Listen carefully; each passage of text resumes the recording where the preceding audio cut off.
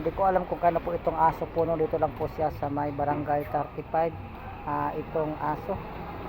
Kano aso yan? Naligaw siguro sa muli sa amin, tatakot eh.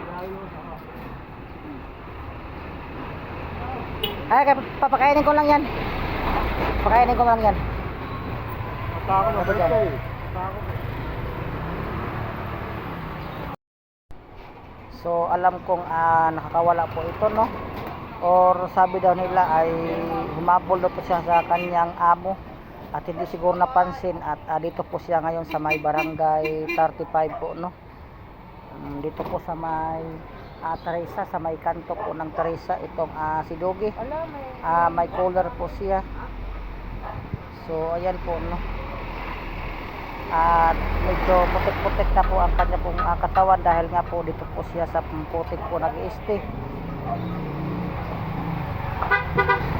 Di ko alam kung kayo na po itong aso po, no. So ayan po yung location po, barangay 35. Ayan po yung barangay 35. So ayan po. Bakit nalampa? Ay nalumpo? So kung kayo naman itong aso po na nakawala or naligaw, ay nandito po yan siya sa may barangay 35, may Paho, Caloocan City, sa Teresa Street.